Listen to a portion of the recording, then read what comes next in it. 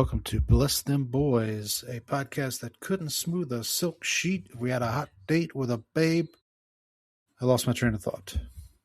We also have a podcast that finds tinsel distracting. I am one Saints fan, one fan of Who Dat, who is here to give weekly takes, game recaps, bad betting picks, game previews, and quite a few Seinfeld references. This week, since Brandon is not with me, I'm just doing a patron saint of the week, and this patron saint is one with whom I once had a lot of problems with, and now you're going to hear about him. And that is cornerback Fred Thomas. Fred Thomas originally played college football for Northwest Mississippi Community College during the 1992-1993 seasons. He would then transfer to Ole Miss, and then transfer once more to the University of Tennessee at Martin, and then finally again transferred to Mississippi Valley State. He would be drafted in the 1996 draft, 47th overall, second round, by the Seattle Seahawks. He would play for the Seahawks from 96 to 99. Before the 2000 season, he would sign with the Saints. He played for them until 2007. Finished his Saints career with 13 interceptions and 5 sacks. His best seasons were in 2002 and 2003. In those seasons, he would have, in 2002, he had 1 sack, 5 interceptions, 14 passes defended, and 91 tackles. In 2003, he had 1 sack, 4 interceptions, 22 passes defended, and 85 tackles. Now, my problem with Mr. Thomas was in the 2006 season, which was Drew Brees and Sean Payton's first seasons with New Orleans. Basically, every time the Saints played a team and there was a big passing play given up or a big pass interference call, 9 times out of 10 it was Fred Thomas, to the point where I'd be watching games with my friends and I would say, and something would happen, there'd be a flag, there'd be a big play. I would say, let me guess, Fred Thomas. And sure enough, it was Fred Thomas who was the perpetrator of said grievance, I guess, if you, to use that term. So anyway, shout out to Fred Thomas. I am Paul the Saints fan. Brandon the Cowboys fan is at Media Day, aka his parents' house. So it's just me this week. But let's get Izzy in here to tell us what time it is. Yeah, that's it. It's go time. Let's see you lift that. Mr. Mandelbaum, please. It's go time. This one's for you, Pop. It's go time. It's go time. You've been married 3 times. That's it! It's go time! It's go time. All right. So, as I mentioned, Brandon is not with me this week. We've got a little bit of a different show. I'm going to do as normal of a show as I can. And then our special attraction this week is we are going to be watching along Seinfeld Season 9, Episode 10, the Strike episode, otherwise known as the Festivus episode. So hopefully you can all stick around for that. But first, a little housekeeping.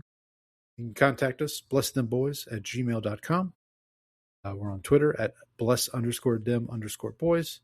I'm at Paul Elliott _316. Brandon is at Ball from Grace. We are on Blue Sky. We never check it, but we're there, in spirit at least. If you're checking us out right now on YouTube live, welcome. Thank you. While you're here, go ahead and hit that like button. That like button, that subscribe button. You can check us out also on Spotify and Apple Podcasts. Leave a rating and review. Tell your friends, tell your enemies, tell the bots. All right, we're going to get to the football here in a minute, but we at Bless Them Boys do pride ourselves on being able to discuss other things. But enough about fish. I can discuss other things, Okay, so not a big segment this week. Like I said, we are going to do the watch along here at the end.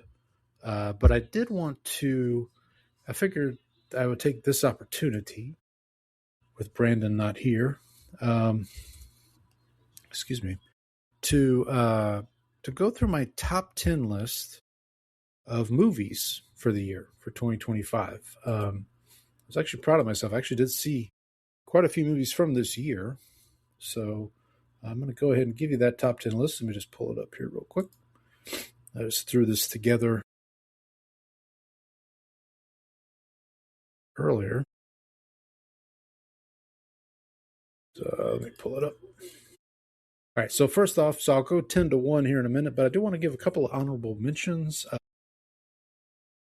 couple of recent watch, I guess a couple of recent watches. Wake Up Dead Man, the new Knives Out mystery. Really enjoyed that one.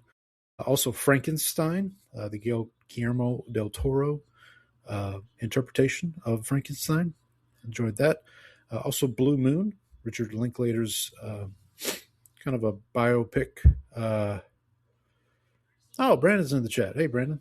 Said he finally started Pluribus 5 episodes in. He actually, Brandon, you might be ahead of me, actually, because I've fallen behind. I plan to catch up here at some point. I think the finale's this week, so I think I'll just catch up once the finale airs. I mentioned Blue Moon, which was Richard Linklater's homage to,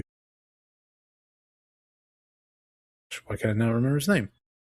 Lawrence Hart of used to be writing partners with Richard Rogers. Okay, and then finally, Black Bag, which was a movie from earlier in the year, a Steven Soderbergh film starring Michael Fassbender and Cate Blanchett, kind of a spy type movie. I really recommend that one. If you didn't check that one out, I would recommend it. All right, let me do my top 10 here. We'll start at number 10. Just give me a sec here. By the way, while I'm pulling this up, I have this top 10 list also on Letterboxd. So if you are on Letterboxd, send me a follow. I'm at Paul Elliott 0316. Actually, Paul Elliott 0316. So I would love if you are on Letterboxd. If you're not on Letterboxd, it is free to join. There are some paid subscription that allows you a couple more features if you want to do that as well. All right, so 10 to 1. Let me start at number 10. A recent watch for me, Companion. I talked about this one a couple weeks ago. This is Sophie Thatcher and Jack Quaid's movie. They play a seemingly innocent-looking couple that go away together for a weekend, and things go sideways, let's just say. So I'll leave it at that. Number 9, The Phoenician Scheme. This is one of my more look forward to movies this year. This is Wes Anderson's latest film, starring Benicio del Toro. Quite a good year for Benicio del Toro. This movie was very good. Michael Cera also in it. First chance Michael Cera had to star in a Wes Anderson film. So again, highly recommend this one. Number 8, Eddington. This is Ari Aster's latest film, starring Joaquin Phoenix and Pedro Pascal. I think my review on Letterboxd was something along the lines of, man, 2020 really was that kind of year. This is set in Arizona, I believe, or New Mexico, in a town where Joaquin Phoenix is the sheriff, Pedro Pascal is the mayor. And it's in like April or May of 2020 when restrictions and all that were a hot topic, excuse me. So, very, very, very good. Number 7, The Long Walk. Again, this is a more recent watch for me. This is the Stephen King adaptation starring Cooper Hoffman and David Johnson about a group of 50 men or 50 young men, I should say, that go on a long walk. So basically you have to keep walking at a pace of 3 miles an hour. If you don't, there are consequences. So I'll just put it at that. Mark Hamill, also Luke Skywalker himself in this as a very hard-nosed general, we'll say. So I definitely recommend that one. Number 6, Weapons. This was the Zach Krieger's follow-up movie to Barbarian from 2022. Weapons is basically, I'm sure you've seen the trailers if you've watched anything over the last year or so. But basically, a classroom full of kids at 2:17 in the morning all disappear. And the teacher, Julia Gardner, kind of comes under fire for that. Josh Brolin is in this. Josh Brolin also was in Wake Up Dead Man that I mentioned earlier. So again, would highly recommend this one as well. The most recent watch for me is my number 5, and that is F1. I just watched F1 today, actually. It's on Apple TV now. I really wish I had seen this one in the theater, but it was still very good to see. I watched it on my iPad. This is the Brad Pitt Formula One movie, and outstanding. I mean, it was just really, really outstanding. Brad Pitt plays an aging F1, or not even F1. He's a race car driver that's called to action by. He has a favor called in on him from Javier Bardem. They obviously have a relationship from the past. Bardem is now the owner of a Formula One team, and he's kind of bringing Brad Pitt in to bring along his hotshot young driver, who I apologize, I can't remember the young man's name who plays the driver, but very, very good in this. I would highly recommend this. Again, it's on Apple TV.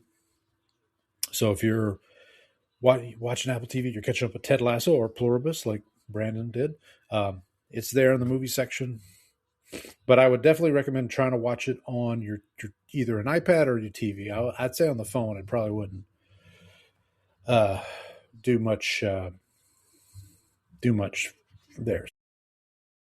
Yeah, highly, highly recommend it. So that's my number 5, F1. Number 4, 28 years later. Recently rewatched this. I watched it twice this year on Netflix. This is obviously the follow-up to 28 Days Later, 28 Weeks Later. Tremendous performances in this. Very, very emotional film. Jodie Comer, very good. Aaron Taylor Johnson. I can't remember. Apologies, I can't remember the young kid's name who's in this movie, but very good. Ray Fiennes shows up towards the end. Very good. Sets up the Bone Temple, which is coming early in 2026. I do plan to try to check that one out. I'm going to try to check that one out in theaters if I can swing that. And then my top 3. Number 3 for me is Train Dreams. This is a Netflix original that was released within the last month or so, late in the year. Stars Joel Edgerton as a logger in Oregon, and it's just kind of one of these, life of a person, kind of in the vein of a Forrest Gump, but I mean, I would highly recommend this one if you like those kind of movies. Also, again, I would also recommend. I did watch this one on my phone. Probably would play a little better if you're watching on a TV or a iPad even.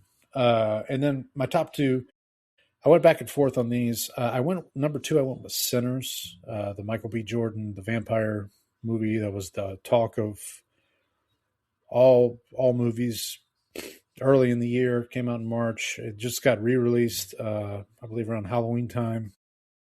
It may have got re-released again now that I think about it. But if you haven't seen Sinners, please, by all means, check this out. It's kind of getting snubbed from the quote-unquote experts in their top 10 movies, but it's in mine. It's number 2. And again, it's probably a 1A, 1B type thing. My number 1 is One Battle After Another. I still need to rewatch this. It's now on HBO Max. If you have HBO Max, I would highly recommend you check this one out. Paul Thomas Anderson's movie. Leonardo DiCaprio, phenomenal. Sean Penn, phenomenal. And again, Benicio del Toro, phenomenal. Chase Infinity is kind of the breakout star of this movie. She just got nominated for a Golden Globe for her performance in this movie. Cannot recommend this movie enough. It is on HBO Max. It is on my list to do a rewatch here soon. I'm going to try to knock that out. So that's my top 10. If you agree, disagree, let us know. And I know I missed some other stuff. There are some movies on my list. I know Die My Love, which is the Jennifer Lawrence, Robert Pattinson movie that just came out. Or it was been in theaters. It just became available on streaming. I do plan to check that out at some point because I know Jennifer Lawrence is getting quite a bit of buzz for her performance in that movie. There's a couple others. Mastermind with Josh O'Connor, who was in Wake Up Dead Man. Still need to check that out. I actually still need to check out Superman, Fantastic Four. Still need to check these movies out.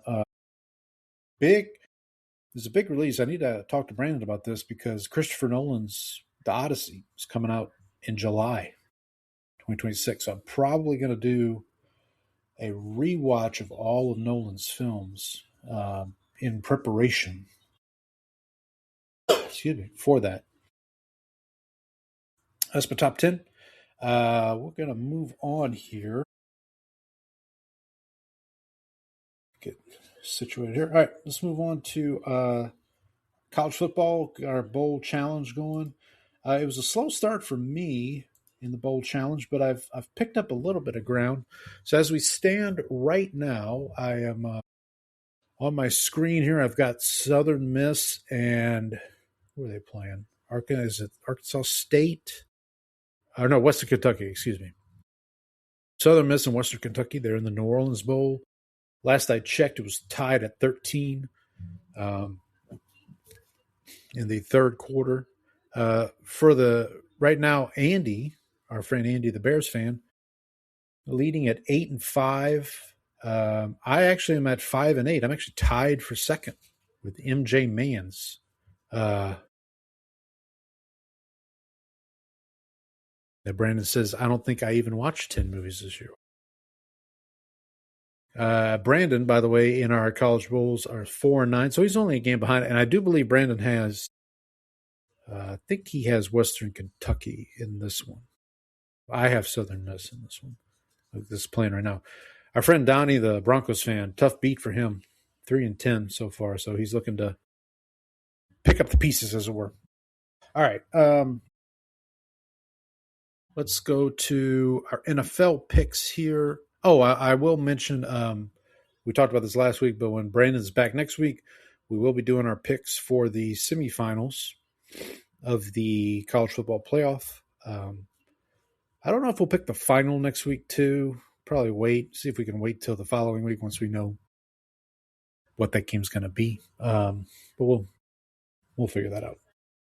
All right, NFL, our preseason picks. So I don't have Brandon's unless he wants to put them in the chat here. But for me, I was 7-9 for the week 16, 137 and 103 for the season. I have 3 teams picked accurately as of this point. Titans, Steelers, and Eagles. That's quite an eclectic mix of teams, but it is what it is. For our ESPN Pick'ems against the spread, I actually had a pretty good week. I was 9-7, 100 and 140 for the season. Brandon was a game better than me, 10-6 for the week, 116 and 124 for the season. Andy, our friend Andy, the Bears fan, 3 games above 500 for the season. Good for you, Andy. He was 10-6 for the week, it looks like. And then game behind him is Donnie at 120 and 119. So both of them over 500. And then Brandon and then myself follow in the spread picks. In the confidence picks for the week, I was 10-6, 88 points, 138 and 101. 1,207 points for the season. Brandon at 11-5, 105 points for the week. 154 and 85, 1,368 for the season, and that actually leads the group. He is overtaken Andy. Andy's in second place. I'm in third place, and then our 2. I think Donnie's one of these, and then we had I think this is the one where Matty Reflus has decided not to play anymore. Well, he also decided not to coach defense anymore. Apparently, it is. If you watch the Cowboys. But all right. Win totals. So we've got 8 new teams that have settled their win totals for the year. The Jets under 5.5. The Steelers over 8.5. Dolphins under 8.5. Cowboys under 8.5. Bears over 8.5. Bucks under 9.5. Texans over 9.5. And finally the Chargers over 10.5. So far, 15-9. I'm in the lead. I'm only a game above my friend Brandon at 14-10. Andy, the Bears fan, in last place, but he's still even Steven, 12-12 so far. Then finally for our skins game, our win-loss game, if you will, I'm at 150 points. Brandon is at 140. Only 2 weeks left, boys and girls, on the season. All right, so like I said, this episode's a little different, so I'm just going to do a quick recap of Week 16, and I'm just going to do this in kind of playoff hierarchical order. And you'll see what I mean, hopefully. So I'm going to start in the NFC. So currently, as we sit today on December 23rd, the number one seed in the NFC is our good friend Trang's Seattle Seahawks by way of their victory on Thursday night. Brought to you by Will Herring, Seahawks 38, Rams 37, and what was probably the game of the season, at least the Thursday night game of the season for sure. Seahawks rallied to defeat the Rams. They clinched a playoff spot with that win, and now kind of put themselves in the driver's seat for that number one seed in the NFC. The Rams, they're not out of it all the way, but they will need some help from either the Panthers or the 49ers. 49ers, we should mention, are lurking. We'll talk about them a little more in a minute. So by virtue of their loss, the Rams are now down to the 6th seed. And if the playoffs started today, they would be facing the current number 3 seed and the 2025 season NFC East champions. Apologies to my friend Brandon. Philadelphia Eagles, who on Saturday, presented by Dick Fram, Eagles 29, Commanders 18. So the Eagles clinched the NFC East with that win. They're probably going to end up at the 3 seed. There is a possibility for them to fall out of the 3 seed. I'll talk about that here in a second. But for now, the Eagles win the NFC East. They are the 3 seed. The other game on Saturday actually helped place, for the moment, our current 2 seed in the NFC, and that is the Chicago Bears. Again, shout out to our friend Andy, the Bears fan. Steve McMichael presented Bears 22, Packers 16. Another pretty good game, a good rally for the Bears coming back. So they clinched this playoff spot by virtue of this win, and then also the Lions' loss on Sunday, the late Sunday window. That one was brought to you by Dick Nardi, Steelers 29, Lions 24. Controversial ending to that game. The Lions get a touchdown late. It looks like they're going to get this miraculous Jared Goff touchdown with no time left, but it was offensive pass interference called against Amon-Ra St. Brown. Game was over, so Steelers escaped Detroit with a win, and that loss by the Lions clinched a playoff spot for the Bears. So right now, if the playoffs started today, the Bears would be your 2 seed, and the 7th seed would be the team they just beat, which is the Green Bay Packers. So we would have a rematch there of Packers at Bears. In terms of the NFC, let me just pause for a minute here. The 7th seed most likely will either be the Packers or the Lions. There are some other permutations that could happen, but for the most part, it'll probably be one of those 2 teams. The Lions are going to need some help. The Packers, I mean, both of those teams really have issues right now, I would say, speaking of the Lions and the Packers. But the Packers, obviously, Jordan Love injured, Malik Willis, or concussed, I should say. Malik Willis comes in. He's got a shoulder injury, it looks like. So his status for their game this week against Baltimore, which we'll talk about in a little bit, maybe up in the air. So that's the Packers side of this. Let's flip to the NFC South. It was Tommy Barnhart presenting Panthers 23, Bucks 20. So with this win, the Panthers, it was kind of a back and forth game. Bryce Young made plays when he had to, and Panthers now have have possession, I should say, of first place in the NFC South, and they have the 4 seed. There is a scenario, I kind of spoke to this earlier. We're talking about the Eagles. If the Panthers can beat the Seahawks and the Bucks those last 2 weeks, and the Eagles lose their last 2 games, the Panthers could be the 3 seed in the NFC, believe it or not. Now, obviously, that's a lot That's got to happen, but that is a possibility. So, but for right now, Panthers are the 4 seed. Bucks on the outside looking in. At this point, for the Bucks, it's win the NFC South or don't make the playoffs, and that can be wrapped up as soon as this week, depending on the results of this week, which we'll go through all the clinching scenarios for Week 17 here in a minute. Now, the team that the Panthers would face if the playoffs started today, the 5 seed, currently is the San Francisco 49ers, who on Monday night, brought to you by Richard Dent, beat the Colts 48-27. Valiant effort by the Colts and Phillip Rivers. We'll talk more about that here in a minute. But for the 49ers, they now have an outside chance because of that Seahawks win over the Rams. 49ers have an outside chance of winning the NFC West. They have to win their last 2 games against the Bears this week. They have the Seahawks Week 18. They win those 2 games.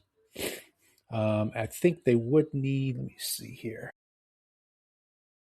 They might need some help from the Rams. Well, no. I mean, they're ahead of the Rams now, so I guess they'd stay ahead of the Rams. So 49ers win out. They have a chance to get that NFC, get the NFC West and maybe even the 1 seed. So that's the NFC playoffs picture at the moment. Let's go to the AFC. Excuse me. Current 1 seed is Donnie's Denver Broncos. However, they are coming off a loss. Julius Thomas presented Jaguars 34, Broncos 20.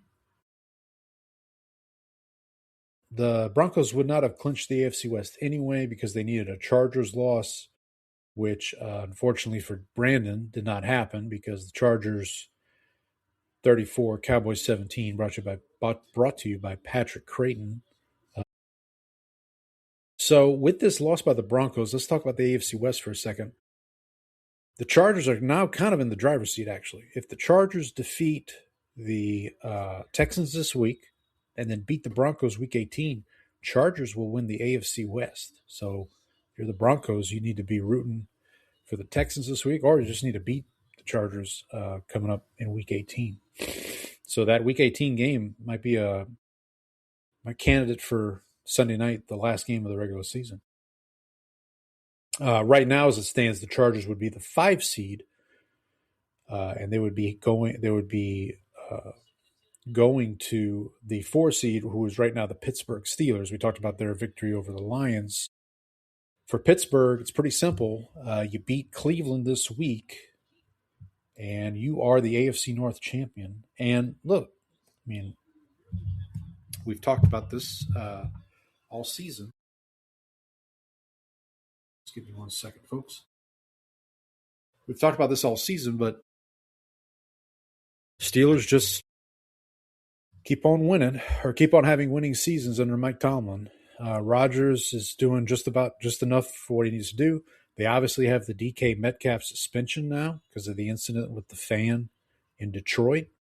So they'll have to navigate that. But if they win, let me just pull that up real quick. Yep. So Pittsburgh just has to win one of their remaining 2 games, or they just need Baltimore to lose one of their remaining 2 games. Now, these 2 teams do play each other Week 18, so I will point that out. The only chance for Baltimore at this point, which I guess we'll use this to segue into their game, Sunday night, brought to you by Ben Coates, Patriots 28, Ravens 24.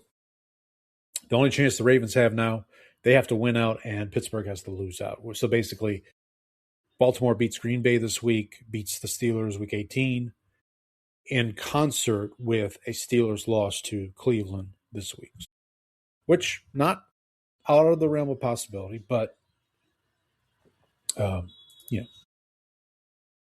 unlikely. Now, the other side of that game Sunday night, the Patriots, 28-24, as I said, they clinched a playoff spot. So the Patriots are now in the playoffs for sure. They have not clinched the AFC East as of yet. They are currently sitting at the 2 seed. They can possibly get to the 1 seed, but they would need some help. They would need a little bit of help there. So, we here at the show, obviously, we are big fans of the Drake and what he's been doing. But, it's interesting. These Patriots team keeps passing these tests. We'll see what happens once the playoffs start. Currently, if the playoffs start today, they would be visited by the Houston Texans, who, Brandon and I think, have been pretty complimentary of the Texans over the last couple of weeks, and then they go out this past week and barely beat the Raiders 23-21. That was brought to you by Matt Schaub. Just kind of a weird game, just kind of a classic, like almost like the Texans from last season, where the offense is kind of sputtered. It's kind of, doing just enough.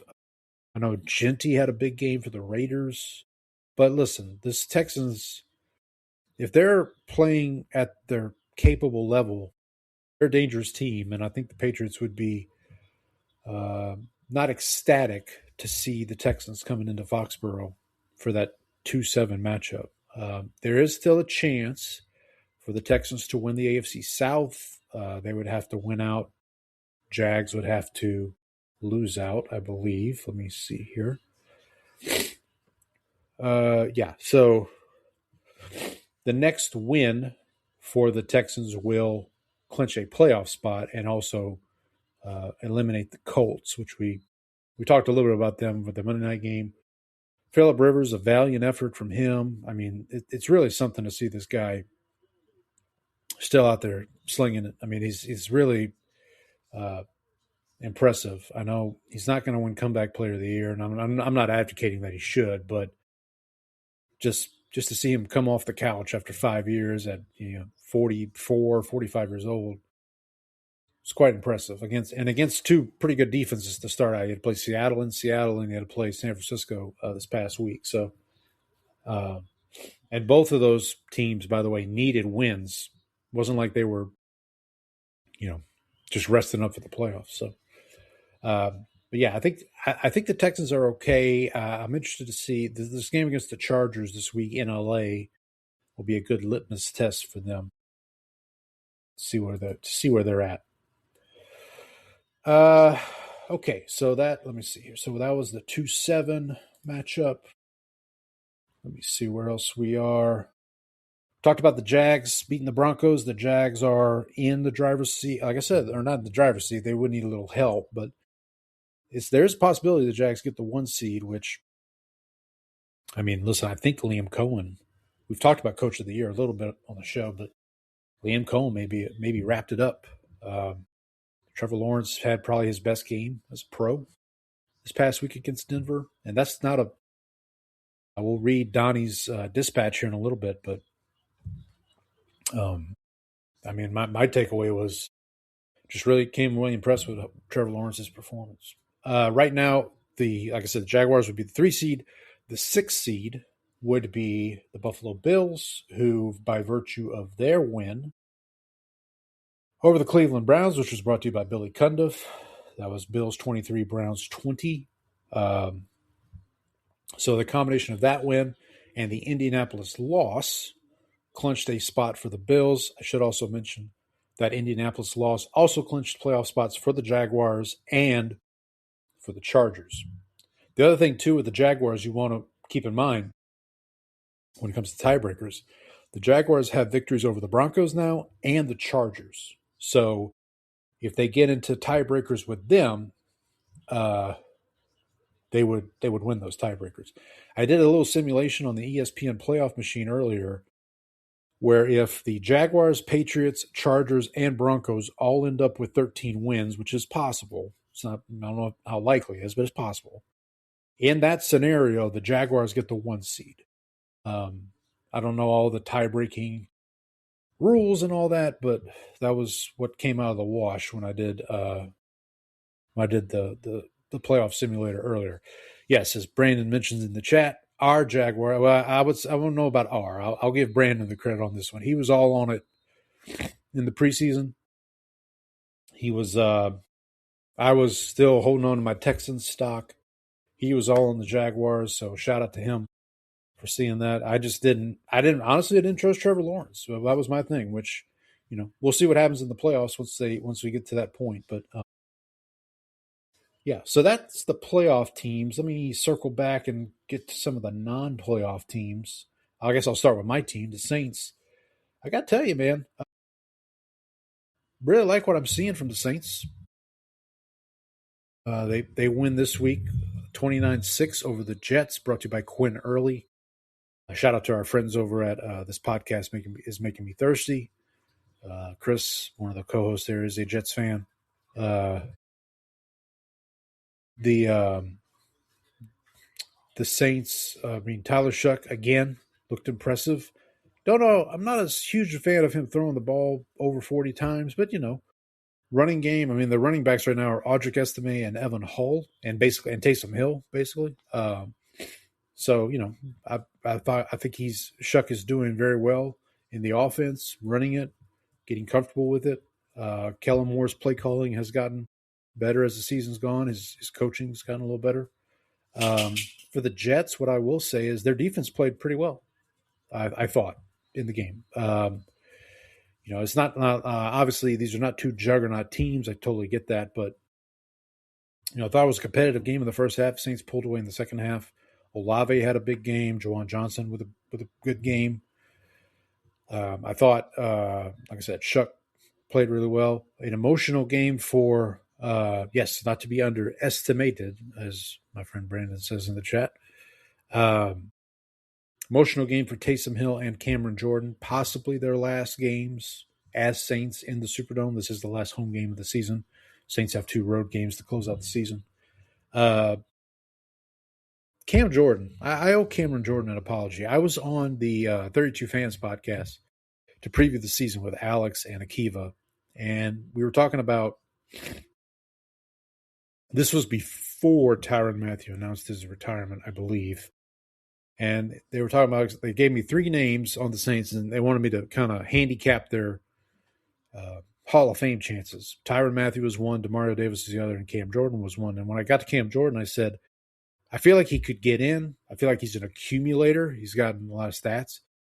But he's now to the point this season, like he's in the same class of guys like Ricky Jackson, Lawrence Taylor, in terms of where he's sitting in like the sacks record. I think he needs 2 more sacks to tie Lawrence Taylor all time. When you start getting in that pantheon, yeah, then you probably deserve some consideration for the Hall of Fame. I don't think he's a first ballot Hall of Famer. Don't get me wrong. I would say at this point that that's not the case, but I do think he gets in at some point. Taysom Hill, meanwhile, became the first player in the Super Bowl era to cross 1,000 yards receiving, rushing, and passing as in a career, which is quite a feat. I did read something that he is technically not eligible for the Hall of Fame. To be eligible for the Hall of Fame, you have to have made one postseason award. Like you had to make a Pro Bowl, you had to be voted All Pro or something like that. So, I mean, I think he could still get in by like a Veterans Committee or something like that. But listen, he's a Saints Hall of Famer for sure. I hope that they put him up when his playing days are done, they put his name up in the Ring of Honor for sure. So, but I would say this, for the outlook for the Saints looks good. Their 2025 draft class, everybody's a contributor. Kelvin Banks, Tyler Shuck, Jonas Sanker had an interception this game. Devin Neal was contributing. He's injured right now, but he was looking pretty good. Danny Stutzman is coming on as a linebacker. He probably needs to be on the field more, honestly, at this point. But yeah, just the big thing with the Saints is going to be, in my opinion, is what do they do in the offseason? How do they rebuild the roster? I don't want them to go crazy. Again, they don't need to go back to let's trade up, let's trade draft capital, let's do all this. Make sensible moves, keep cleaning out your books, get that clean.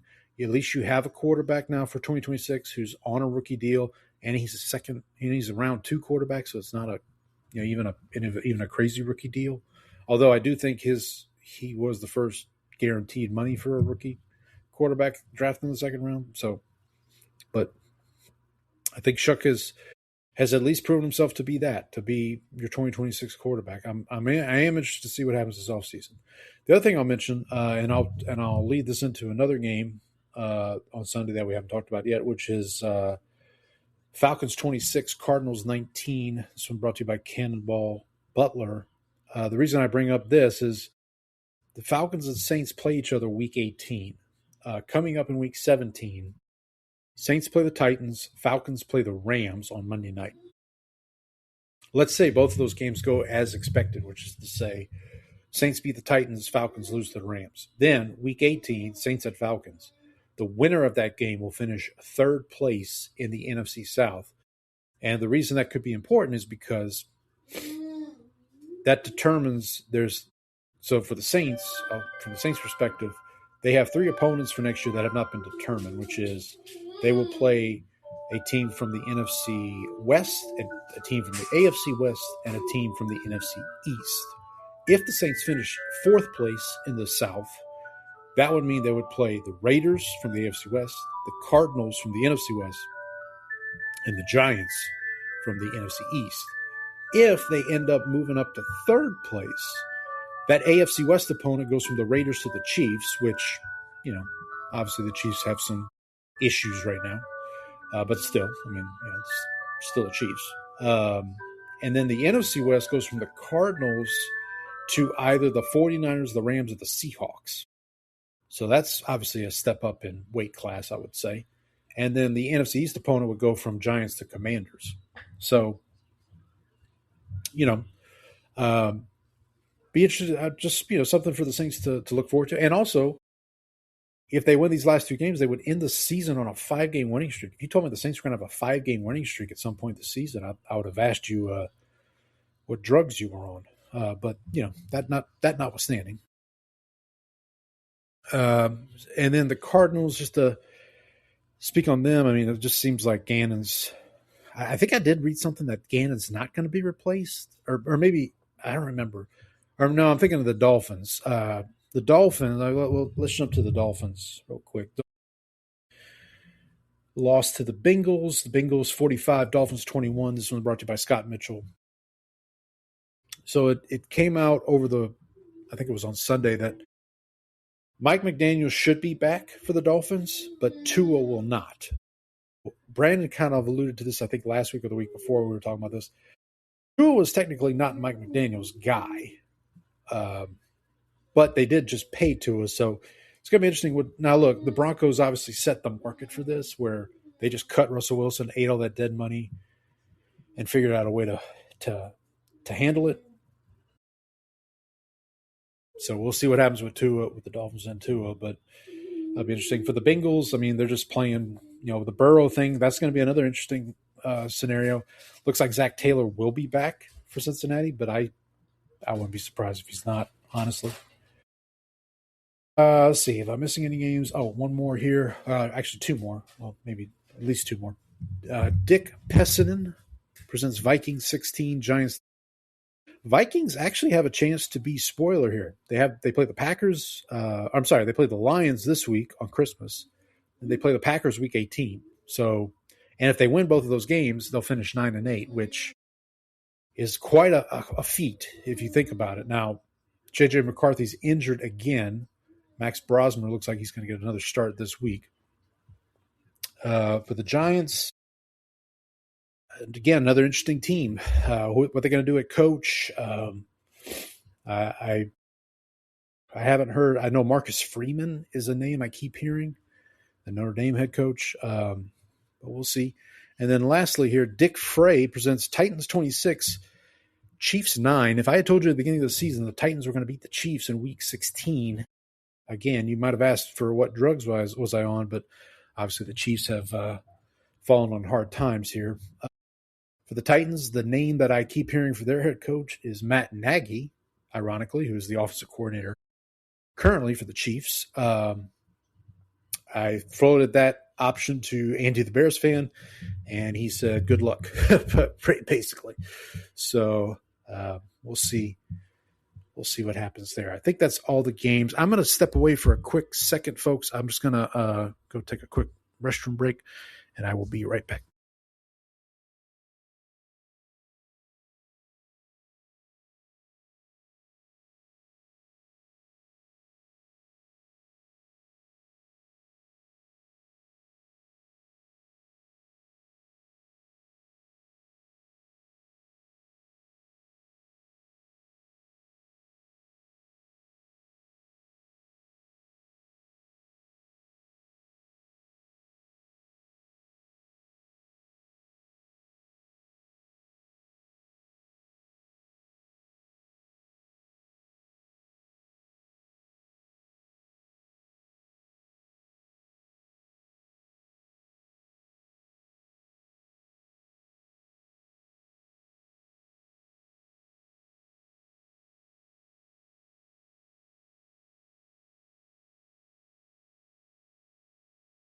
All right. Sorry about that, folks. I'm back here.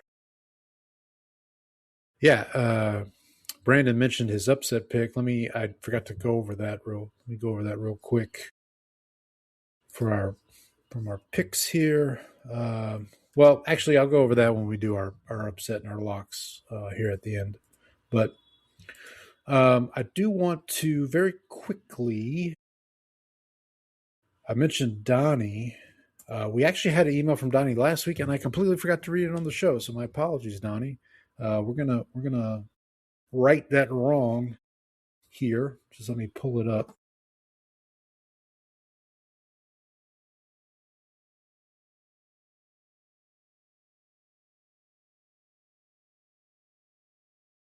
So we got a couple emails from Donnie here to look at. We'll start with his email from last week, which some of this may be obviously old news, but we owe it to Donnie. Donnie's been a loyal supporter. His email starts. This is his week 14 dispatch. Well, actually, I guess wouldn't this be week 15? Whatever. It was his dispatch from last week. Says it is a Black Monday in Kansas City. This is obviously coming off the heels of the Chiefs losing, Mahomes tearing his ACL, all that stuff. There are children in town who have never experienced this version of the Chiefs. This is the version that has been around nearly my whole life. A bumbling franchise that should be better than it is. You don't root for injuries, but you could see this Mahomes injury coming. The guy has been running for his life all season. Yesterday, he was getting absolutely hammered on some of these sacks. I watched America's team, quote unquote, and you really see how these dynasties fall apart. Guys get old, especially when you play in so many high leverage games. Really puts a lot of stress on the body. You can see this year the injury luck will run out. One example, Trey Smith, who was a stud at the University of Tennessee, absolute dominant guard who should have been a first-round, early second-round pick, but with several injury red flags at the combine, falls in the sixth round to KC. Comes in, starts day one, was an anchor on the line, never missed a game until this year. He was constantly injured, and the line was really bad without him. Well, can't mourn forever. So that's kind of Donnie's way of saying, that's a shame. Big win for the Broncos. This was probably Bo's best game, so this is coming off of their win against the Packers, I believe. He was lucky on a couple of poor throws late, Bo Nix, that is, but for the most part, he was accurate, made good decisions. Defense took a few haymakers, but were able to close this out. Sean, again, has some curious end-of-game / time management decisions. Rather than kick a field goal to push the lead to 11, he chose to go for a 4th and short, gave Green Bay a short field with a little over a minute left. I hope this does not continue in the playoffs. Denver now sits in the driver's seat for the 1 seed in the AFC. Well, obviously, that was before the Jaguars game. And then he goes on to say, we have home Jags at a depleted and defeated Chiefs and home for Chargers the last week. AFC is pretty much set as far as the teams, just a question of where they land. Miami could make things interesting if they beat Pittsburgh tonight on Monday Night Football, which they didn't. But now let's move ahead here. Let's go to Donnie's Week 16 dispatch. And all due respect to Donnie, I'm going to let Mr. Costanza tell us what, well, maybe he will. Let me see here. This is what thinks. Well, it sucks. So that's how Donnie starts his email. The Broncos, even the Super Bowl years, have had ugly losses in January. The 2015 Broncos lost at home to the Raiders and got their ass beat by the Steelers, only to avenge the Steelers' loss in the playoffs on their way to winning Super Bowl 50. Hoping a similar outcome happens here. They have been flirting with disaster for a few weeks now, and it may be a positive to kind of reset and focus in. Donkeys still control their own destiny. 2 winnable games remain. Decimated Chiefs team, Chargers team with a suspect offensive line. Take care of business, and you have as good a chance as anyone to get to the Super Bowl. I agree with that. I want to take some time to talk about the Tide. Donnie is a fan of the Alabama Crimson Tide, for those not aware. I have on at least 3 or 4 occasions this year texted my family to say I hate this team. They do such dumb things sometimes. They will look like absolute world beaters at times and complete garbage at others. often in the same game. The playoff game against Oklahoma was much the same. Happy to win, but at the end of the day, both teams were flawed teams that should not be in any conversation for a national championship. I was fine with the playoff as it was. We did not need to expand it. I believe my friend Brandon would have some thoughts on the playoff as it relates to his beloved Longhorns at Texas. OU and Texas A&M both losing this week in the playoff was not the worst thing for a Longhorn fan like Brandon to see.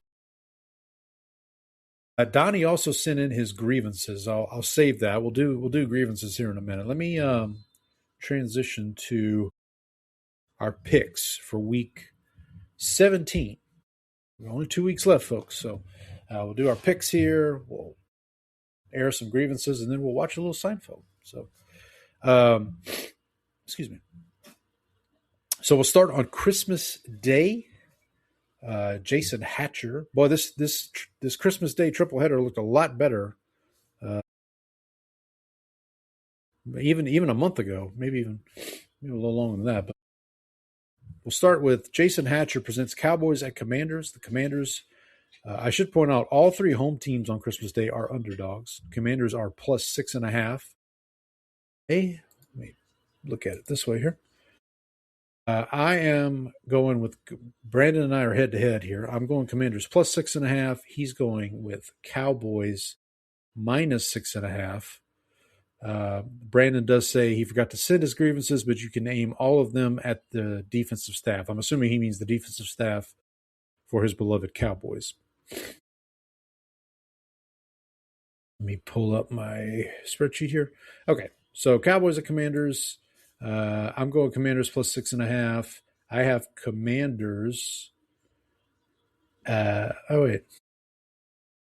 So, Brandon, I might have missed. Oh, I think I messed it up here. Okay, I apologize. Brandon and I both are going Commanders plus 6.5. But in the confidence pick, I have Commanders at a 4. Brandon has Cowboys at 2. Yes. Yeah, Brandon, I just mistranslated when I transferred it, so I apologize. So, Brandon, just confirmed for me that you have Commanders plus 6.5. You pick Cowboys. I'm talking to him through the chat now, but we'll get that. Okay. So yeah, I think we're on the same page here. So we both have Commanders plus 6.5. I have Commanders to win and the confidence at a 4. Brandon has Cowboys to win at a 2. All right, up next, Lions at Vikings. The Vikings home underdogs here plus 5.5. I am taking the 5.5 with the Vikings. Brandon is laying the 5.5 with the Lions. We are both on the Lions for the confidence pick. I am at a 9. Brandon is at a 7. And then the nightcap, Broncos at Chiefs. I tell you what, if I had told you at the beginning of the year that this game was going to be a 12.5-point spread and asked you who the underdog would be, I doubt you would have said the Chiefs. But here we are. Chiefs plus 12.5. I apologize. I don't remember the guy's name who's starting at quarterback. Chris is the first name, but I don't remember the last name. But this might be a long night for Chiefs Kingdom here. Brandon and I are both on Broncos minus 12.5. We both have the Broncos in the confidence. I have them at a 16. Has them, Brandon has them at a 14. Okay, Saturday should be a little better game here. Texans at Chargers. Chargers laying 2.5. Brandon and I are head to head here. I'm going Chargers minus 2.5. Brandon's going Texans plus 2.5. And we're head to head in the confidence too. Excuse me. I have Chargers at a 7. Brandon has Texans at a 10. So be a big swing there. Saturday night, Packers get another Saturday night game here, 2 weeks in a row. They host the Ravens. It's Packers minus 2.5. Brandon and I are both on the Packers minus 2.5. I got the Packers at a 5. Brandon has the Packers at a 13. Whoa. Yeah, it's we should mention the Ravens might be without Lamar, or it looks like they might be without Lamar this week. So, although the Packers may be without Jordan Love, and Malik Willis has a shoulder thing too. So, be interesting to see how this one turns out. All right, moving on to Sunday. My Saints are going to be in Tennessee, in Nashville. Titans are getting 2.5 points. Brandon and I both are taking the 2.5 with the Titans. For the second week in a row, boys and girls, I'm going to take the Saints in the confidence, but only at a 2. Brandon has taken the Titans at a 4. So I'm interested to see how the Saints respond here. On the road, favorite. You're coming off 2 home wins in a row. Feeling pretty good about yourself. Titans are coming off a win against the Chiefs. Interested to see what happens here. All right, another game here. Oh, I forgot to go over the playoff clinching scenarios. I'll do that after we do the picks. But Steelers at Browns. Browns are getting 3.5 points. Steelers win, and they clinch the AFC North here. Brandon and I are both on Steelers minus 3.5. I've got Steelers at an 8, and Brandon also has Steelers at an 8. Up next, Jaguars at Colts. Colts are the home underdogs, plus 6.5. Brandon and I are both on the official AFC South team of this podcast, as Brandon stated in the chat here. The Jaguars, so we're both laying the 6.5 of the Jaguars. I have the Jaguars at an 11. Brandon has the Jaguars at a 12. Up next, Battle of Florida here. Tampa Bay at Miami, Bucks at Dolphins. Dolphins are getting 5.5. The Bucks, Brandon and I are both laying the points with the Bucks. I have the Bucks at a 12. Brandon has the Bucks at 11. Wait, is that right? Yeah. Yeah, bad sign for the Steelers if we both. That's a tricky one for the Steelers. Also, we should mention Myles Garrett, ever really close to the sack record too. So it would be ironic if he broke it sacking Aaron Rodgers, but something to keep an eye on. Okay, what am I? Patriots at Jets. The Jets are getting 13.5 points. Brandon and I are both laying the 13.5 with the Patriots. I've got a Patriots at a 13. Brandon has the Patriots at a 15 for the confidence. Sneaky good game here, potentially. Seahawks at Panthers. The Panthers are home dogs, plus 7.5. Brandon and I are both taking the points with the Panthers. I am taking the Seahawks in the confidence. I'm taking the Seahawks at a 1. Brandon is taking the Seahawks at a 9. I'm not messing with the formula with our good friend Trang. So I'm taking the points against the Seahawks, but taking them to win at a 1. I haven't mentioned who's presenting these games. Oh, well, we'll do it next week. Cardinals at Bengals. Bengals laying 7.5. Brandon and I are both taking the Cardinals with the points plus 7.5, but we're both on the Bengals in the confidence. I have Bengals at a 10. Brandon has Bengals at a 6. Late afternoon window. There's only 2 games on the Sunday late afternoon window, and they are on opposite ends of the spectrum, I would say. You got Giants at Raiders, a battle for the first pick, literally. They should have, if they weren't cowards, they would put this in prime time, I'm going to be honest. The Raiders are laying 1.5. Brandon and I are both on the Giants, plus 1.5 points. I've got the Giants at a 3. Brandon's got the Giants at a 5. And then the other end of the spectrum here, Eagles at Bills. The Bills are laying 1.5. Brandon and I are both on the Eagles plus 1.5. I have the Eagles to win at a 6 in the confidence. Brandon has the Eagles to win at a 3. Sunday night, this is a big game. Bears at 49ers. This could end up being maybe for a 2 seed. If you're the Bears, for the 49ers, you've got an outside chance of winning the NFC West. Bears at 49ers. 49ers are home favorites, laying 2.5. We're head-to-head, Brandon and I. I've got 49ers minus 2.5. He's got the Bears plus 2.5. I've got the 49ers to win at a confidence of 14. Brandon's got the Bears to win, but only at a confidence of 1. And certainly not last but not least, Rams at Falcons on Monday night. Falcons home underdogs here, plus 7.5. I am going to take the 7.5 with the Falcons. Brandon is laying the 7.5 with the Rams. We are both on the Rams for the confidence. I am at a 15. Brandon is at a 16.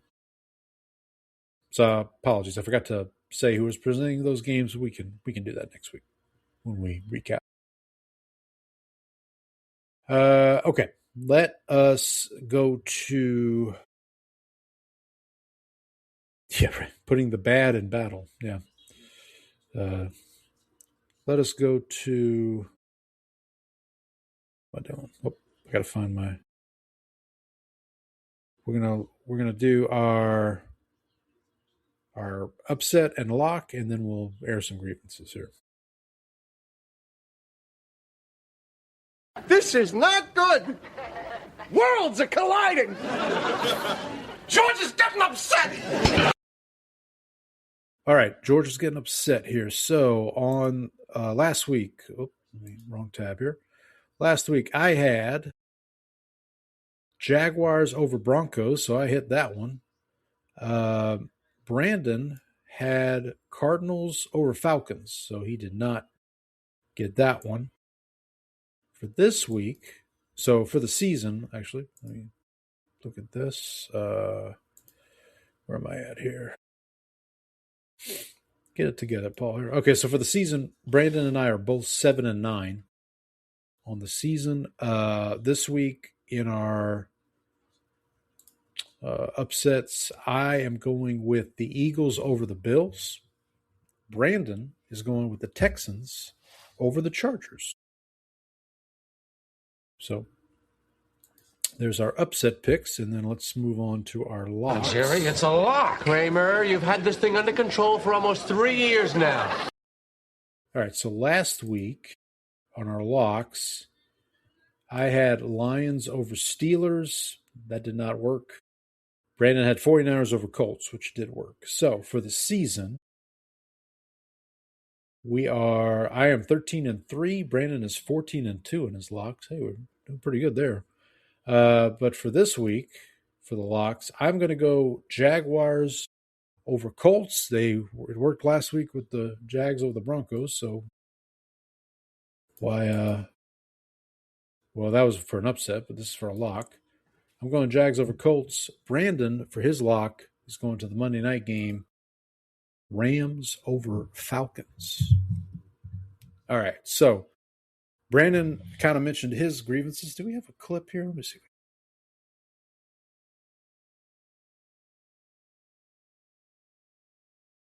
Nope, I don't think we do.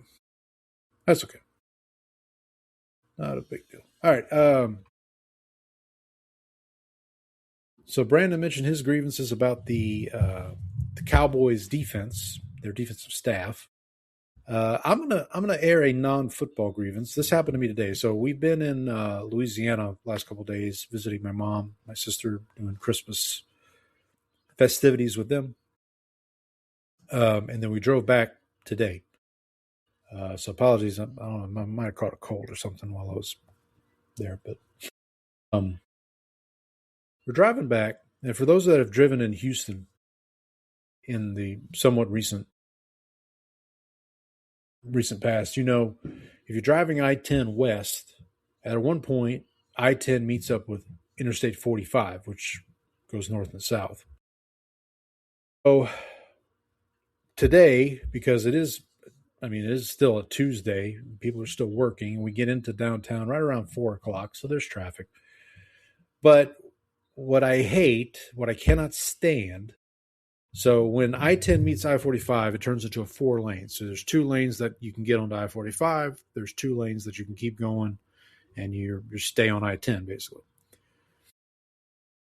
People will go, so the traffic's backed up in the left 2 lanes, and what people will do is they'll take that inner right lane and just ride it all the way up until they've got to make a decision to either veer off to get on 45, or they just merge left and get in with with everybody else waiting in traffic. And I cannot stand it. I know it's a small thing, but like it's just I don't know. It's like, we're living in a society.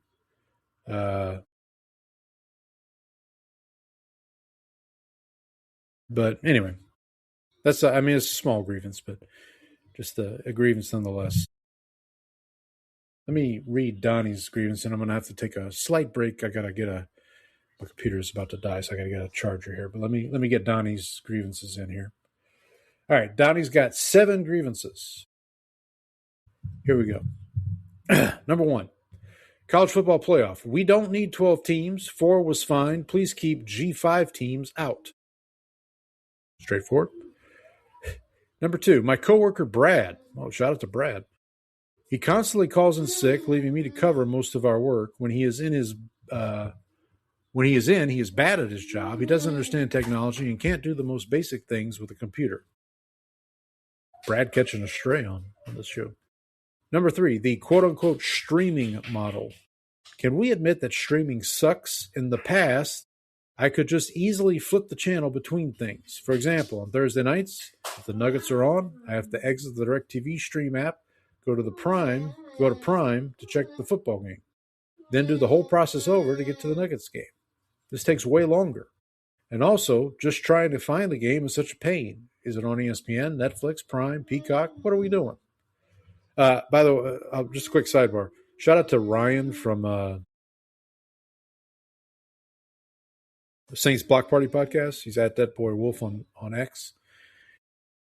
He this is when that announcement that Paramount or that Netflix was going to buy Paramount.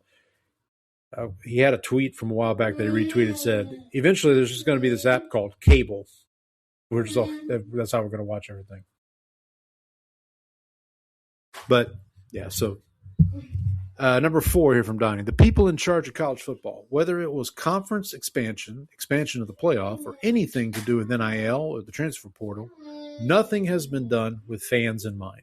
Everything has been done to maximize profit at the cost of a regional sport. Rivalries have been ruined or given up on. Classic uniforms have been ruined. Stadiums expanded with luxury suites and more expensive tickets. Glad they are making so much TV money at the sacrifice of literally everything else we talk about, we like about the sport. Number 5, the people who run the NFL. Same grievance. We have NFL games, it seems like, every night of the week. Glad they are making money, but damn. Number 6, Paul the Saints fan, for forgetting to read my emails last week. Oh, sorry, Donnie. I made up for it this week. And then finally, Andy the Bears fan, for trying to roll me up and steal my heat. Hoof. You got to be a fan of the Laps Fan Wrestling Podcast to get that, or have some kind of wrestling knowledge. But yeah, Andy and Donnie, I'm still putting the call out. If the Bears and Broncos make the Super Bowl, we need Andy and Donnie to come on the show that week. And they can air their grievances to each other, as it were. All right, speaking of grievances, I'm going to take a quick break. Let me go get a charger real quick, make sure my computer stays charged. And when I come back, we're going to get set up for our watch-along.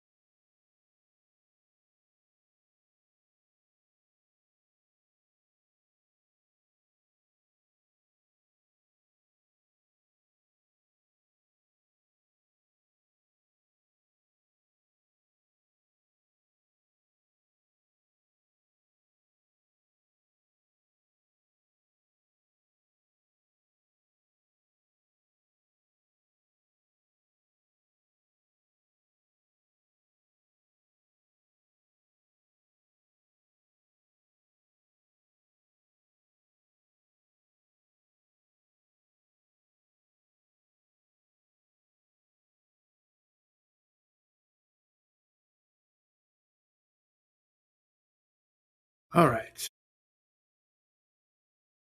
Thanks for hanging out with us, guys. Donnie made it. Another Festivus miracle. All right, we are going to, if you're just joining us, we're going to do a watch along here of the Seinfeld episode, season 9, episode 10. It's called The Strike. It's more appropriately called the Festivus, or well, it's referred to as the Festivus episode. But let me give me a second here. I'm going to pull it up on my end. I'm doing that.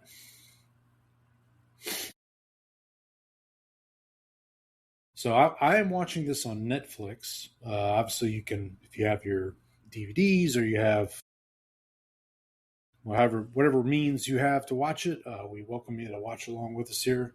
I'm going to count us down here in a minute once I get to the right spot here. Actually, give me 1 second.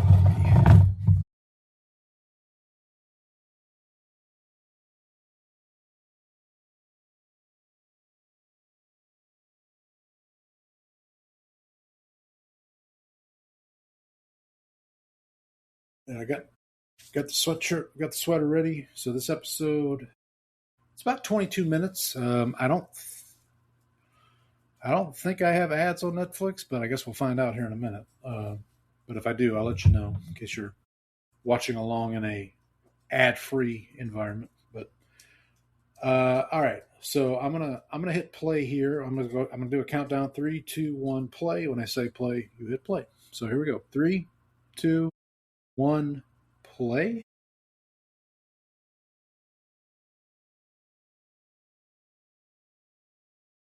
Hang on. False start here.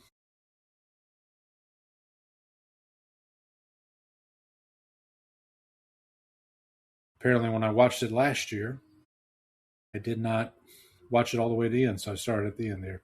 So just give me a second to rewind, and we'll do a do-over here. So apologies there. All right, I am at 0.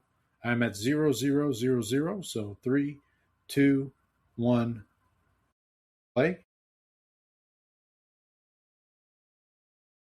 All right, we're beginning the episode here. Tim Watley's throwing a little get-together here, a little shindig.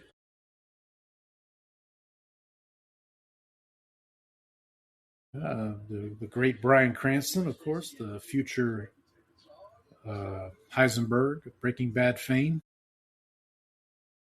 Actually, he had a funny story. In season 6, he had to do a scene with Julia Louis-Dreyfus, Bryan Cranston, that is, and they had to kiss. And in real life, Julia had a cold, and Cranston's would go around saying how him having he had to kiss. He got sick because of kissing Julia Louis-Dreyfus. So anyway, Elaine's just spotted denim vest. And Jerry's not giving her any backup here. He's smoothing it. Jerry's now going to meet his young lady of the week. Nice little callback there where Jerry says, I wouldn't know it. You wouldn't tell by looking at me, but I can run really fast. It's a callback to the race in season 6. Now Elaine has offered Denim Vest her phone number.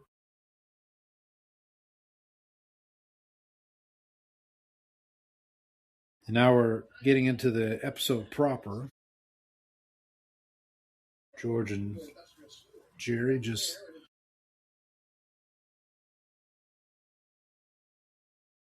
George skipping work because he works for Kruger Industrial Smoothing. We don't care, and it shows.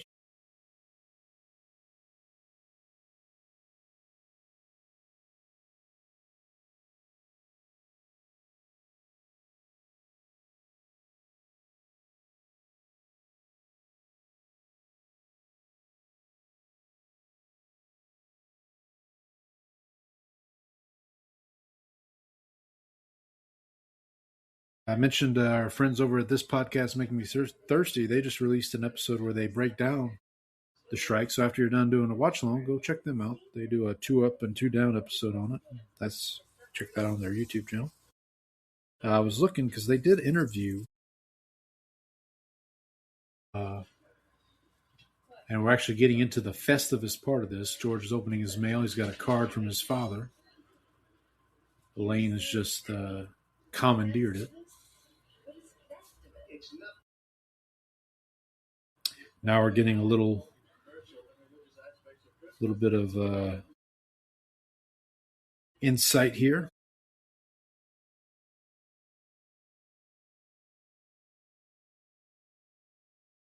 The aluminum pole is being discussed.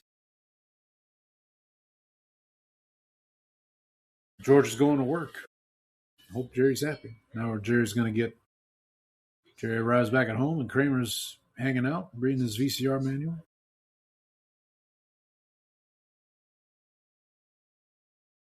Now Elaine's going to start her storyline where she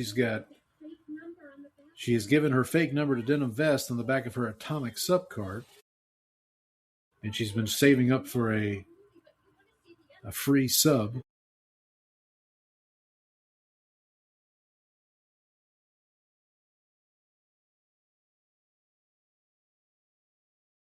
So there's going to be a pretty cool connection here in Elaine's storyline. There's an actor who gets involved.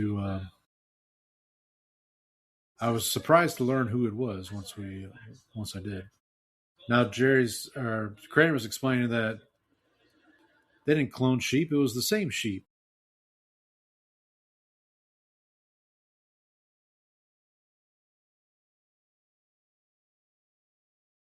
Kramer's getting a phone call here. Let's see what we got.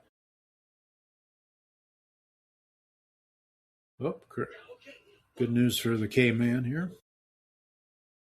Strike's been settled. He's going back to work.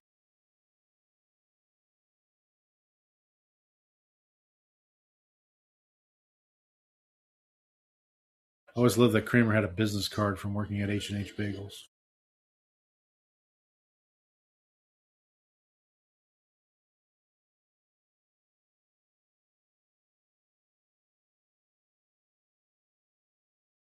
And Kramer's demands, $5.35 an hour. That's what they're paying now.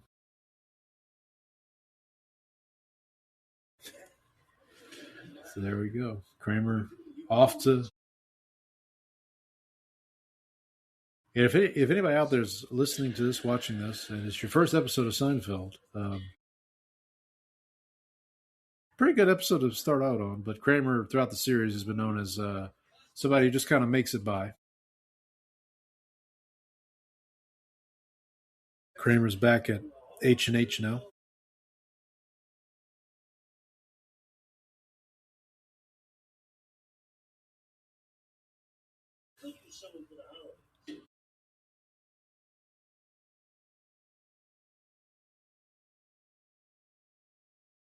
Kramer's going to look at the new raisin bagels. Never thought he'd live to see that. Now we're at the horse track betting. So here's an interesting thing here. So this guy talking to Elaine right now, this is actor Tracy Letts, who is married to the wonderful Carrie Coon, who you might know Carrie Coon from The Leftovers. She's also in The Gilded Age. She was also Proxima Midnight in the Avengers Infinity War and Avengers Endgame. Wonderful actress. But Tracy Letts is a very good actor in his own right. He was in House of Dynamite, which came out this year, the Catherine Bigelow movie. He also has written, I mentioned a movie I watched about a month ago called Killer Joe. Tracy Letts wrote that movie starring Matthew McConaughey. And now Elaine is giving out another fake number, and she pulls out Kramer's business card. And he also putting a sawbuck on Captain Nemo in the third at Belmont. So we'll see how that plays out. Jerry's at a restaurant here. Tim Watley and his lady of the evening here. And now Jerry's girl shows up and Gwen. Something's amiss. Something's missing. And Watley gives him a little, I don't know about that. Now he's talking about it with George. And they come up with the idea of the Two-Face, like the Batman villain, if that helps you.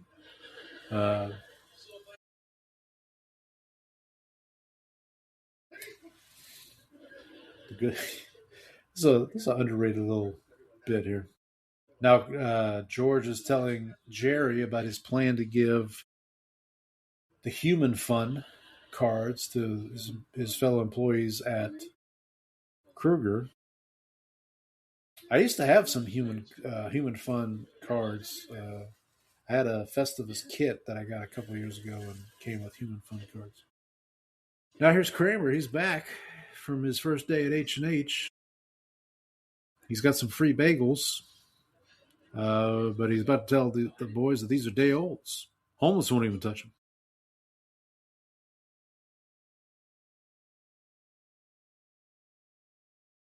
They dig. They test.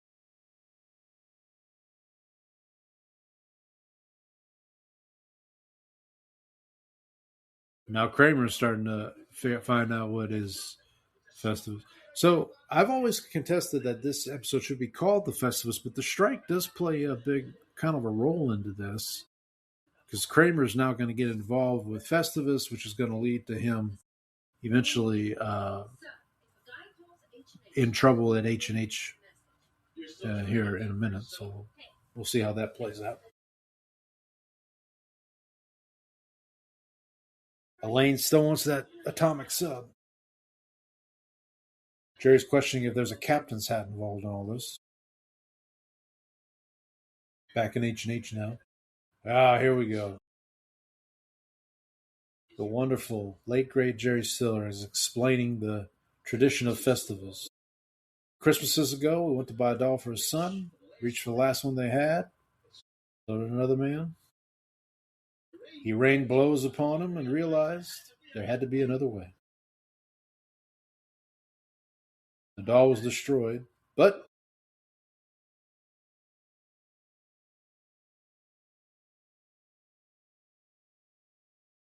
must have been some kind of doll. She was. Cut to Kruger. George is going to be passing out his Human Fund cards.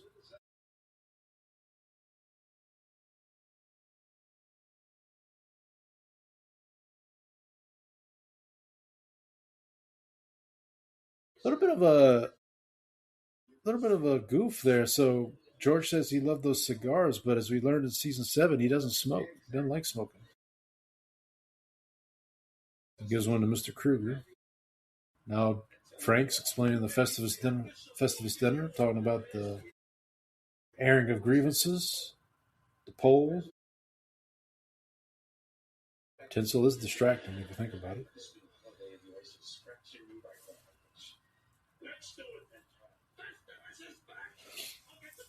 Festivus is back. Frank's going to get the pole out of the crawl space. So Frank runs into Elaine. Obviously, they have a contentious relationship throughout the series. And now here comes the strike part again because Kramer's going to ask for Festivus off.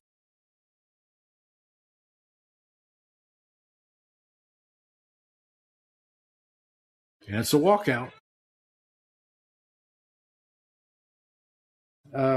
Also, I will mention this podcast is making me thirsty. They do have an interview with Dan O'Keefe, who is the writer, or one of the writers of this episode, who, for him, Festivus was a real thing. So he actually kind of came up with this idea here. So I would highly recommend you check that out. Again, shout out to our guys over at this podcast is making me thirsty. Hopefully we can have them on the show again pretty soon. Now Jerry and George are back at Monk's. They're talking about the Two-Face nature of everything. Jerry's saying there's only one booth that she looked good in all the time. So Jerry's storyline a little bit lacking here, but this is definitely season 9 zany.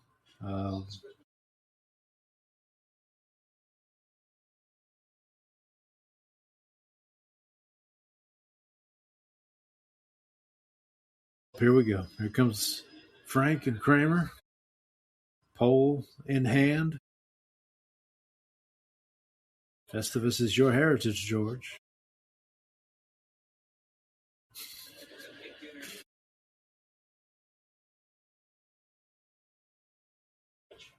Now Frank's got the cassette tape here.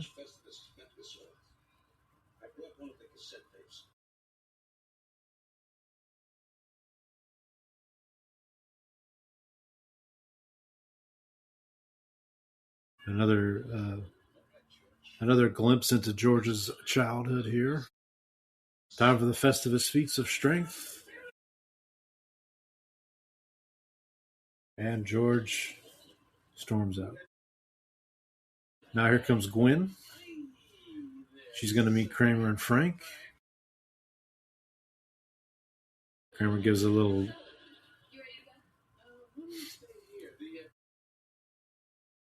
And now Jerry's going to escort Gwen to the back booth. And now this is a good-looking booth. So there you go. Back to H&H. Kramer protesting. The owner of H&H saying he'll make a sandwich for Elaine since she wants a sandwich so bad. Elaine's answering the phone, and it's Kramer. Said he sabotaged the bagel machine. Something's going to happen. So let's see what happens there. And the steam valve breaks. But alas, the bagels can still be made, just a little steamy. Kramer's plan did not go as he'd hoped. Now Mr. Kruger here needs a charity to throw the company's money at, and the Human Fund is just the candidate. So he hands George a check for $20,000. I'm sure George will handle this gracefully. Here's a great bit. He locks himself out of his office, and he decides to go home. So there you go.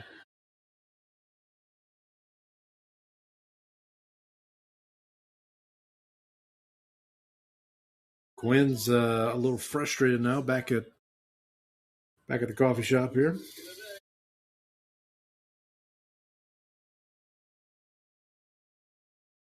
George comes in. Gwen goes out. Didn't touch her soup. Apparently there was something in it. Oh, yep, there it is, a rubber band. Paco.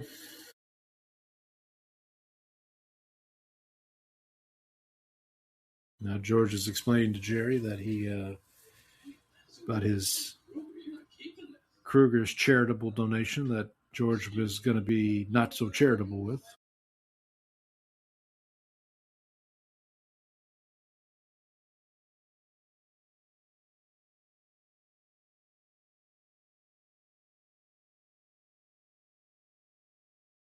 I mean, George did technically run the foundation after Susan died.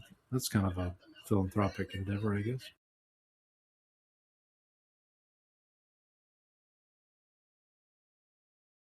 Here we go. No bagel, no bagel, no bagel. Elaine comes out. Yamahama, it's Fright Night. Elaine's come out of the steam bath that was H&H Bagels.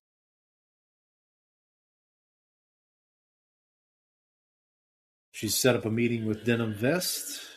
Surely her appearance won't play any factor into what's about to happen. Kramer wants him to win. Jerry's girl, but he doesn't recognize her because she's Two-Face. Funny little Kramer line coming up here.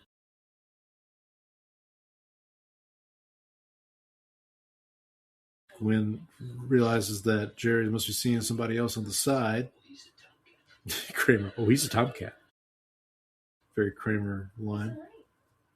Lane runs into Denim Vest, looking schwitzed.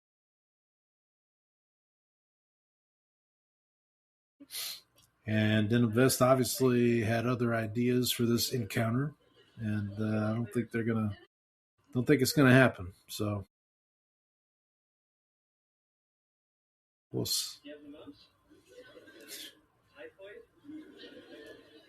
trying to remember who plays.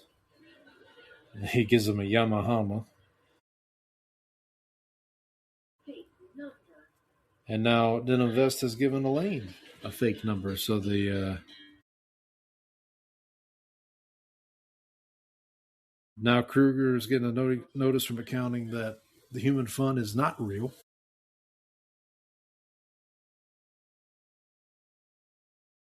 So it's going to put George in a tight spot here.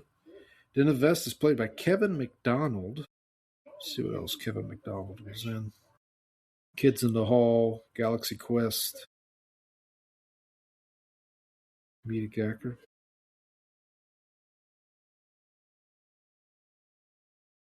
Mr. Kruger, played by Donald Van Bargen. Been 10 years since he passed, so rest in peace to him. I remember seeing him in Oh Brother, Where Art Thou? He's the sheriff in that. Daniel Van Bargen, excuse me. I may have said Donald Van Bargen. Daniel Van Bargen.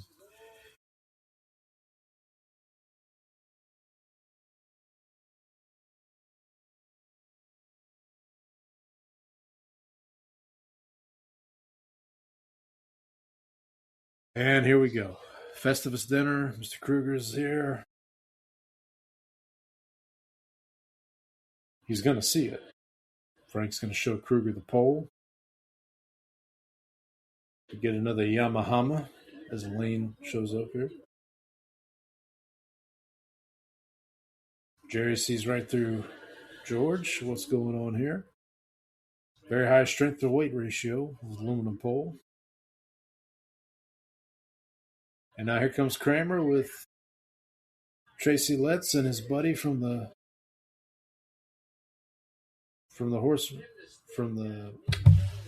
track.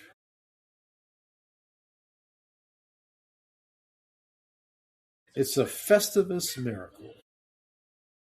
And here's the lovely Estelle Harris as Mrs. Costanza. A little callback here to the Slicer episode as Mr. Kruger recognizes Kramer as Dr. Van Nostrum. Here we go. The airing of grievances. Got a lot of problems with you people. Now you're going to hear about it.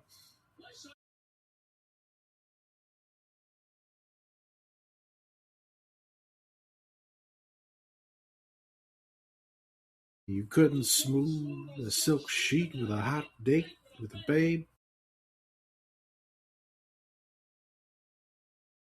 Now I've heard rumors that Jerry Stiller would forget his lines legitimately, and that's why he kind of had that halted cadence of speaking, because sometimes he's really just looking for his lines. So I don't know if that was written in that way or he just a happy accident. And now Gwen has come upon the party, and she's leaving. Jerry's going after her, and bad lighting on the porch. So enough of that. Lane finds out his horse, Nemo, had to be shot. Now we're going to do feats of strength. Kramer gets the honors, but Kramer's working a double shift at H&H.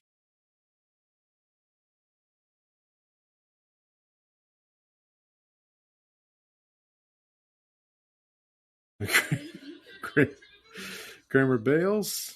Who's going to do the feats of strength? Mr. Kruger says, what about George? Until he pins Frank, Festivus is not over. Here we go. And we pan out. Best Festivus ever. And now we're back at H&H Bagel. We're going to land down here. Kramer's rolling some dough. He's got some gum in his mouth and rolls into the dough. Kramer can't find it.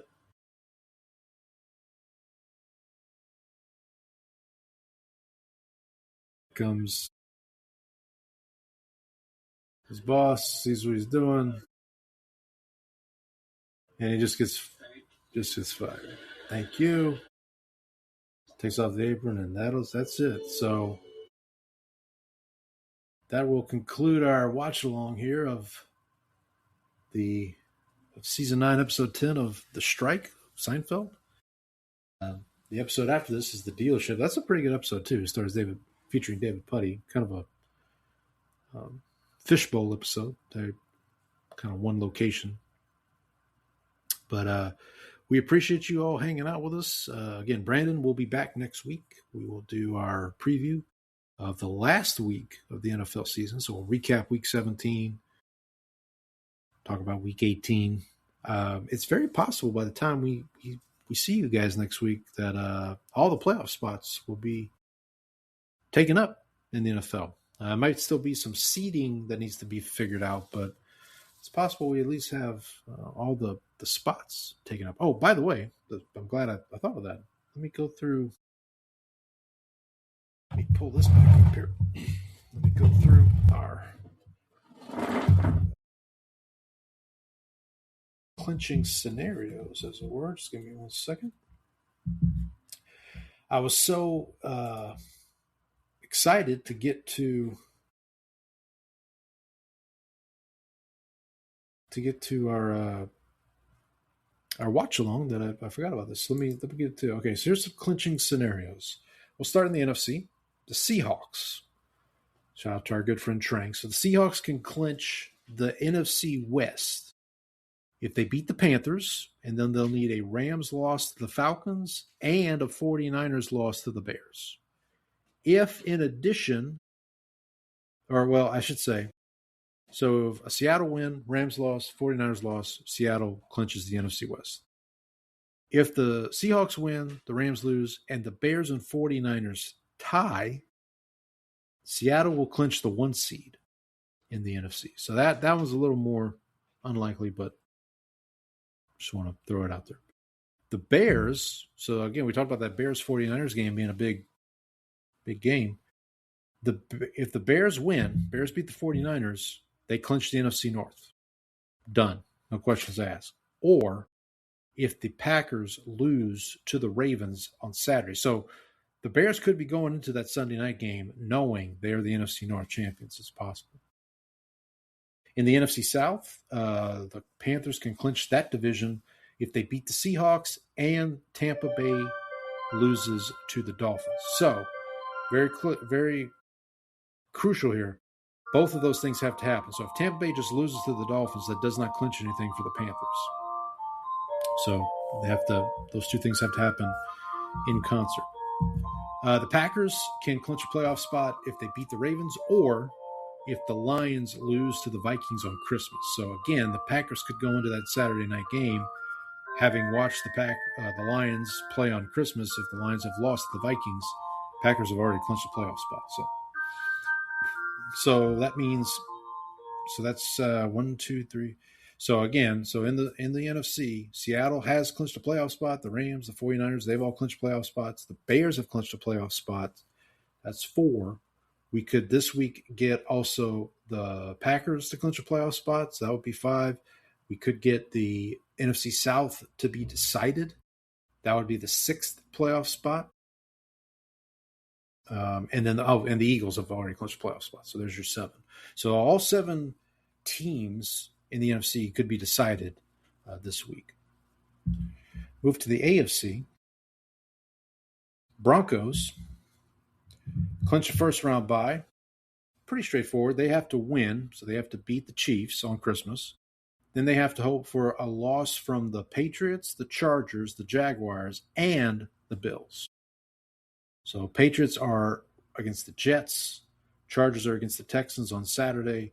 The Jags are playing the Colts, and the Bills are against the Eagles. So if all that happens, the Broncos will clinch the 1 seed in the AFC. If the Broncos win and the Chargers lose to the Texans, so again, the Broncos will play on Christmas night, the Chargers will play on Saturday. So if the Broncos have that win in hand. They're going to settle down, watch Saturday night, hoping for the Texans to beat the Chargers. If that happens, just that will clinch the AFC West for the Broncos. The Patriots already clinched the playoff spot, but they can clinch the AFC East if they beat the Jets and the Bills lose to the Eagles, which, again, not crazy. Could happen. The Jaguars could clinch the AFC South if they beat the Colts and the Texans lose to the Chargers. Again, not outside their own possibility. So, again, Texans play on Saturday. So if they lose to the Chargers, the Jaguars know going into Sunday's game against the Colts that they just got to win, and they clinch the AFC South. For the AFC North, pretty simple. Steelers win or Ravens lose, the Steelers are your AFC North champions. So Steelers beat the Browns or the Ravens lose to the Packers, and that would clinch the AFC North for the Steelers. And finally, the Texans can clinch a playoff spot if they beat the Chargers or if Indianapolis loses. So this is kind of interesting. So the Texans can lose to the Chargers on Saturday. Then the Colts losing to the Jaguars on Sunday would clinch the AFC South for the Jaguars, but it would also clinch a playoff spot for the Texans. So again, in the AFC, we have Denver, the Patriots, the Bills, the Chargers. I feel like I'm missing. Oh, and the Jaguars. Those 5 teams have clinched a playoff spot. So we could have the Texans clinch a playoff spot this week, and the Steelers clinch the North, which clinch a playoff spot. So we could have all 7. So again, possible we get all 7 AFC teams straightened out this week. Conversely, some elimination scenarios here. Detroit loses to the Vikings, they are out of the playoffs. So that Christmas Day game, pretty big for the Lions. I think that's probably why Brandon and I both went Lions in that one. Tampa can be eliminated from the playoffs and from the NFC South, obviously, with a loss and a Carolina win. Green Bay can be knocked out of the NFC North title contention, not the playoffs, just the NFC North, if they lose to the Ravens or the Bears beat the 49ers. The Rams can be knocked out of the division title and the 1 seed with a loss to the Falcons. There's a couple other, a loss to the Falcons or Seattle and San Francisco both win. So if Seattle beats Carolina, San Francisco beats Chicago, if both of those things happen, the Rams cannot get the 1 seed. And conversely, could not get the NFC West. So the Rams need to win. They need to beat the Falcons. Well, but that'll be the last game of the week, obviously. That'll be Monday night. But they need to hope that either Seattle or San Francisco loses on Sunday in order to keep that NFC West title chance alive. The 49ers can be knocked out of the 1 seed contention. Or actually, let me put it this way. Whoever loses the Bears-49ers game is out of the 1 seed in the NFC. The 49ers can additionally be knocked out of the NFC West title if they lose to Chicago and Seattle beats Carolina. AFC. So 2 teams facing elimination here. Baltimore, they lose to Green Bay, they're done. Indianapolis loses to Jacksonville, they're done. I do think, I didn't mention this previously, we talked about Phillip Rivers and kind of how he's playing these last 2 weeks. I do feel like Indianapolis is going to upset the apple cart at some point in the next 2 weeks. They have Jacksonville this week. They have Houston the following week. So I just feel like they're going to do something that makes no sense, basically. They do have an outside chance of making the playoffs. I think they have to win out and hope that either Houston or Jacksonville, well, I think it's Houston at this point. Houston would have to lose out. Yeah, because Houston wins this week and they're in. So that would, and Indianapolis plays Houston. That's what it is. Indianapolis plays Houston next week. So they could end up being for a playoff spot potentially.